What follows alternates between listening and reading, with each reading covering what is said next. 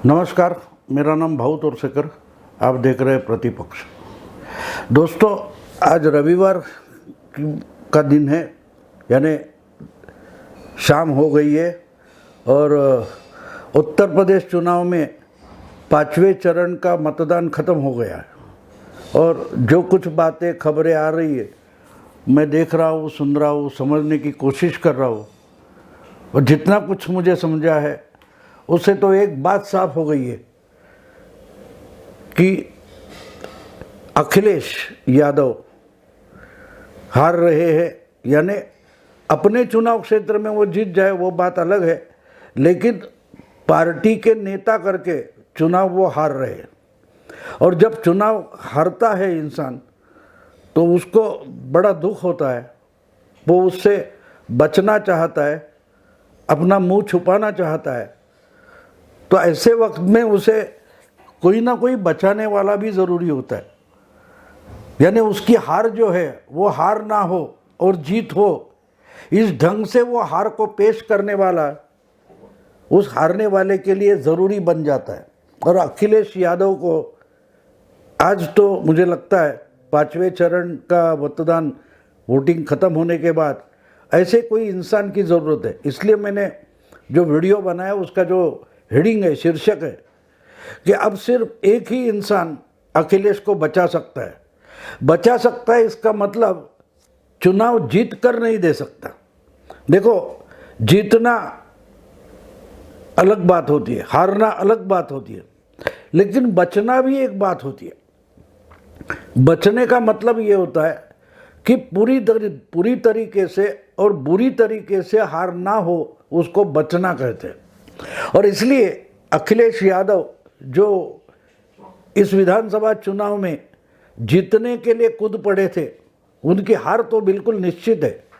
लेकिन हारने के बावजूद मैं हारा नहीं, ये बताने के लिए भी कुछ तो करना पड़ता है, और वो भी अखिलेश नहीं कर पाए, इसलिए वो हारेंगे। देखिए, चुनाव जब डिक्लेयर होता है, घोषित होता है, उसके बाद आप उसके लिए लड़ने की तैयारी करो तो गलत है। आपको लड़ने की तैयारी पहले से करनी पड़ती है। अब देखिए, हम देख रहे हैं आजकल, यानी जो राजनीति यहाँ चल रही है, खबरें आ रही है, उससे भी हटकर रशिया और यूक्रेन का जो जंग छिड़ा हुआ है, लड़ाई चालू है, वो उस पर बहुत सारी खबरें आती हैं। हम सब चैनल देख रहे हैं, न्यूज़पेपर देख रहे हैं, मीडिया देख रहे हैं, तो उसमें रशिया और यूक्रेन दोनों का युद्ध जो है लड़ाई चालू है, वो छाया हुआ है। लेकिन इसके लिए बहुत दिन से बातें हो रही थी। पुतिन कुछ कह रहे थे, यूक्रेन के कोई अध्यक्ष नेता है वो बोल रहे थे, अमेरिका हो, वेस्टर्न कंट्रीज़ हो, यानी यूरोप के नेता हो, या ऑस्ट्रेलिया, चाइना हो, भारत हो, सब लोग अपने अपने तरीके से ये युद्ध भांपने की कोशिश कर रहे थे। लेकिन आखिर में युद्ध हो गया, छिड़ गया, जंग छिड़ गया। और कितने लोग मरे। हमारे 20,000 से ज़्यादा स्टूडेंट यूक्रेन में फंसे हैं, उनको फिर वापस लाने की भागदौड़ चालू हो गई है। 4 तो मैं जब बोल रहा हूँ तो मेरे ख्याल में कम से कम 5 हवाई जहाज़ हमारे 1,500 से ज़्यादा स्टूडेंट लोगों को लेकर वापस आ गए। तो ये सब बातें चल रही है, लेकिन पिछले कम से कम 1.5-2 महीने से 3 महीने से इस युद्ध की तैयारी चल रही थी। यानी कि पुतिन धमका रहे थे, और यूक्रेन के जो अध्यक्ष है या यूक्रेन की जो पॉलिटिकल लीडरशिप है, वो भी उनको जवाब दे रही थी कि ना, हम तो हारेंगे नहीं, हम डरेंगे नहीं, हम तो डटकर खड़े रहेंगे और लड़ेंगे। और जब हमले शुरू हो गए तो हम देख रहे कि रशिया जो है, तो रशिया को इसकी बड़ी कीमत नहीं चुकानी पड़ रही है जितनी यूक्रेन को चुकानी पड़ रही है। इसका कारण साफ है।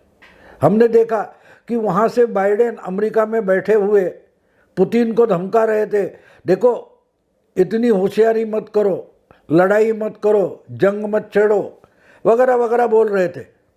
अब अगर यूक्रेन बाइडेन पर यानी अमेरिका पर भरोसा रखकर पुतिन से लड़ना चाहता है तो वो गलती होती है, क्योंकि लड़ना आपको है, आपके पीछे कौन खड़ा है, आपको सपोर्ट कौन दे रहा है, आपको नैतिक आधार कौन दे रहा है, उससे कोई मतलब नहीं होता।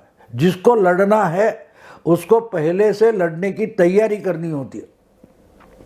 और अगर आप पुतिन जैसे या रशिया जैसे देश से लड़ रहे हो तो ये भी देखना पड़ता है कि रशिया की ताकत क्या है, रशिया के पास साधन कितने हैं, रशिया कितनी जिद करके लड़ेगा, क्या रशिया हारने का धोखा होते हुए भी लड़ेगा, जंग छेड़ेगा, ये भी देखना पड़ता है। इसलिए मैंने कहा कि जो कुछ रशिया और यूक्रेन में चल रहा है ये एक दिन में नहीं हो गया, या इसकी चर्चा दुनिया भर में शुरू हो गई, क्या पुतिन हमला करेंगे यूक्रेन पर, इसकी चर्चा जब शुरू हुई उसके बाद ना पुतिन ने तैयारी की है ना यूक्रेन ने तैयारी की। दोनों पहले से अपनी अपनी जितनी क्षमता है उससे लड़ने की तैयारी कर रहे थे।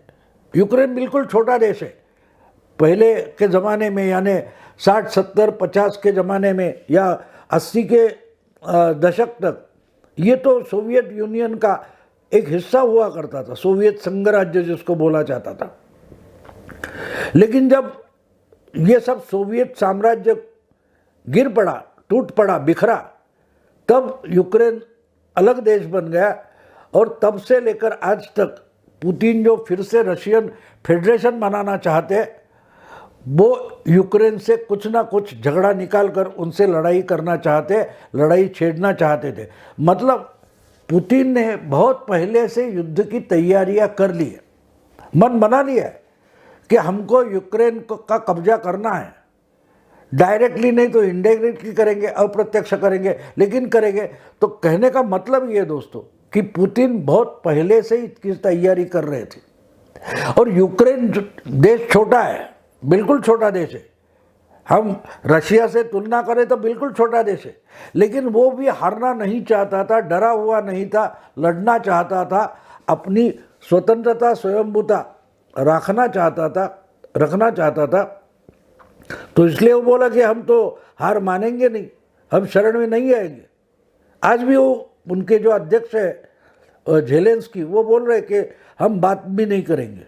हाँ, दूसरे देशों ने हमको मदद करनी चाहिए, फिर वो भारत होगा, ऑस्ट्रेलिया होगा, अमेरिका होगा, यूरोप का फ्रांस, ब्रिटेन वगैरह वगैरह जो डेमोक्रेटिक देश है, उन्होंने हमको मदद करनी चाहिए, ये यूक्रेन बोल रहा है। लेकिन एक बात भूलना नहीं चाहिए कि आखिर जिसको लड़ना होता है उसको पहले से उसकी तैयारी करनी पड़ती है।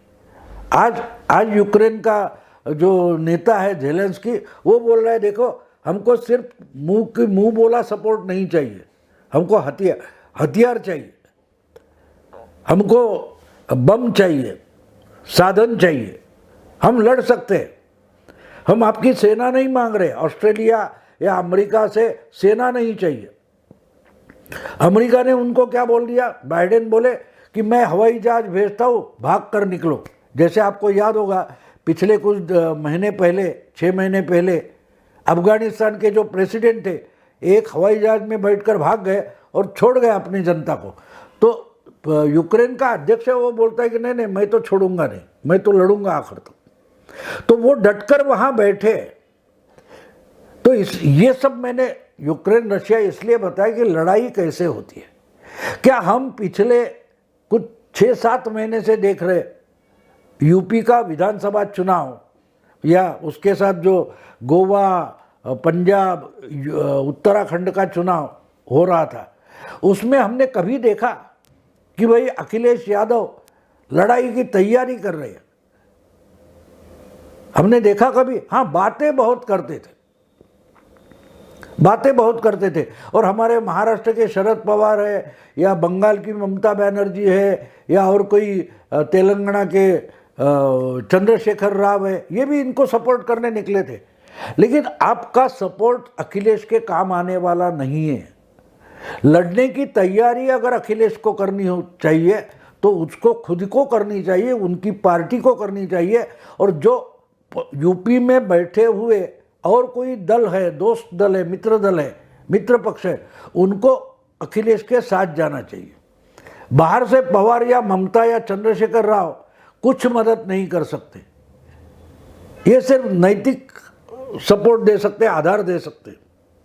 तो बेचारा अखिलेश अब ऐसा फंस गया है कि उसको भी पता चला है कि जितनी ताकत से और जितने पहले से बीजेपी ने लड़ाई की तैयारी की थी, चुनाव के लिए तैयारी की थी, सज्जता की थी, उतने तो हम तैयार नहीं थे। हम भरोसे पर बैठे थे कि हाँ भैया, हमारे किसान भाइयों ने इतना बड़ा स्ट्राइक किया, 1 साल से आंदोलन चलाया, तो किसान भाई तो नाराज है बीजेपी से, वो अपने आप हमारे साथ आ जाएंगे। यानी यूक्रेन का ज़ेलेंस्की जो बात मानकर बैठा था कि दुनिया का इतना दबाव है कि पुतिन हमला नहीं करेंगे, इस पर निर्भर होकर यूक्रेन का अध्यक्ष आवाज बढ़ा चढ़ाकर बातें करते थे। लेकिन जब असल में बम गिरना शुरू हो गया, तब इनको ऑर्डर देनी पड़ी कि भाई हमारी जो राजधानी है क्यों, वहाँ संचार बंदी जारी करो, लोग रास्ते पर न निकले, अपने अपने कुछ अंडरग्राउंड बंकर से उधर जाके छुप जाए। लड़ाई ऐसे नहीं होती दोस्तों। जब ऐसी बात आ जाती है, लड़ाई की बात आ जाती है, तो आपको अपनी सेना सज्ज रखनी पड़ती है, तैयारी पहले से करनी पड़ती है। और पुतिन बड़ा देश है, बड़ी ताकत है, बड़ी उनकी आर्मी है, सेना बड़ी है, फिर भी वो पहले से तैयारियां कर रहे थे। उन्होंने अपनी साधन सामग्रियों को, टैंक हो गए, हवाई जहाज हो गए, लड़ाकू जहाज हो गए, वो सब इकट्ठा करके बॉर्डर पर लाकर रख दिया था, तैयारियां करके रखी थी। बस एक दिन युद्ध की घोषणा हो जाए तो घुस जाओ यूक्रेन में।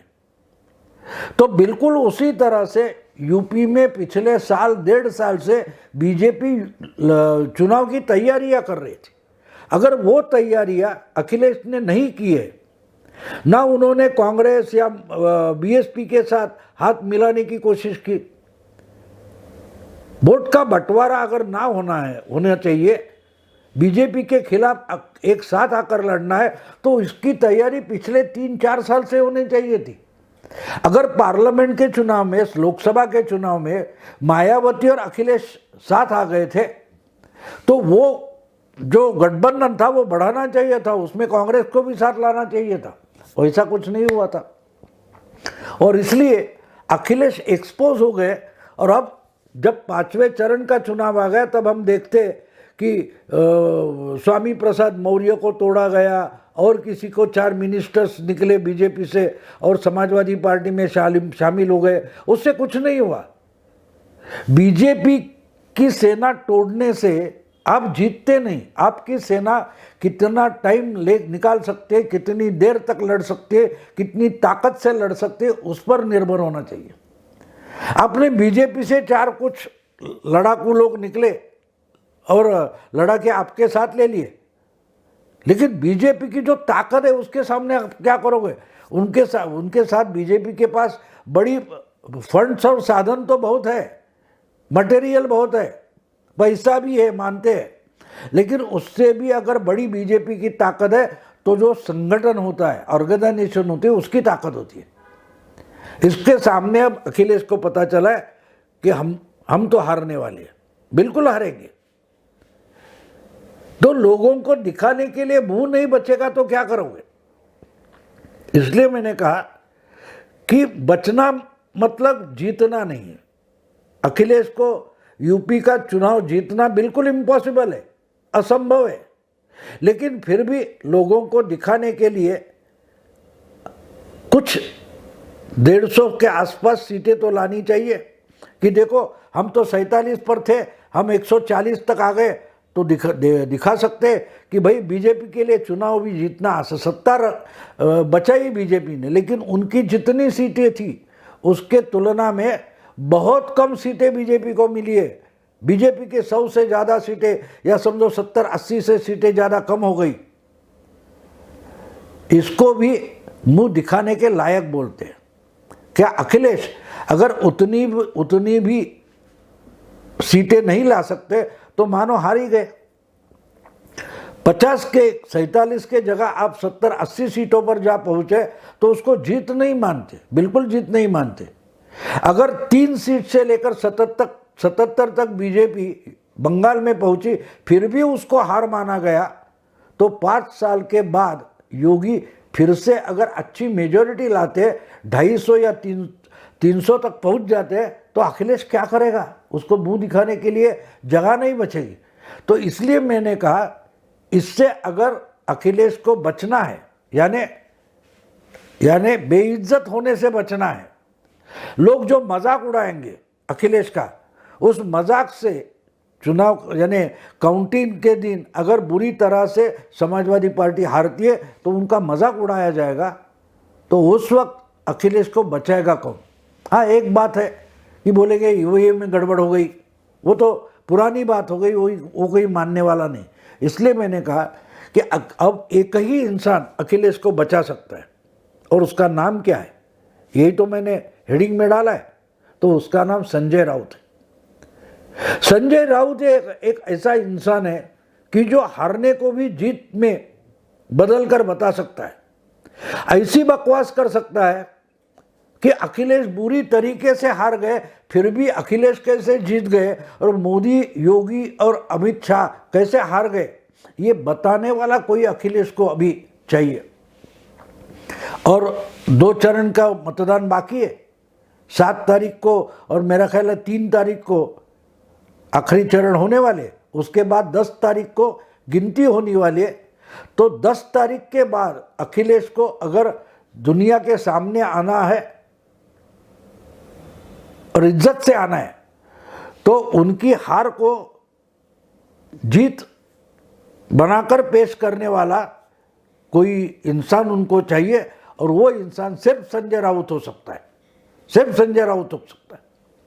क्योंकि संजय राउत ने कांग्रेस और एनसीपी, ये दोनों हारी हुई पार्टियां थी महाराष्ट्र में, उनको मैंडेट मिला है, जनता ने उनको चुनकर लाया है। और जो जीत चुके थे फडणवीस, उनसे शिवसेना को दगाबाजी करना भाग हुआ संजय राउत के कारण, और जो जीते थे उनको भी हराया हमने, ये बताने के लिए संजय राउत जैसा इंसान चाहिए। तो मैं मानता हूँ कि अगर अखिलेश को इस बुरी तरह से होने वाली हार से बचना है, यानी दुनिया को मुंह दिखाने लायक बचना है, तो सिर्फ संजय राउत उनको मदद कर सकते, बचा सकते, मजाक उड़ाई जाए उससे बचा सकते। क्योंकि संजय राउत ऐसा जादूगर है कि जो हार को भी जीत बनाकर पेश कर सकता है, जो चोरी को भी हमको जीत मिली है, ये इसकी ट्रॉफी है, ये बता सकता है। इसलिए मैंने कहा कि अगर अखिलेश को मुंह दिखाने लायक बचना है तो उन्होंने संजय राउत को साथ लेना चाहिए। देखते हैं आगे क्या होता है। अभी यहाँ रुकता हूँ। अगर ये वीडियो आपको पसंद आए तो लाइक कीजिए, शेयर कीजिए और प्रतिपक्ष को सब्सक्राइब कीजिए। नमस्कार।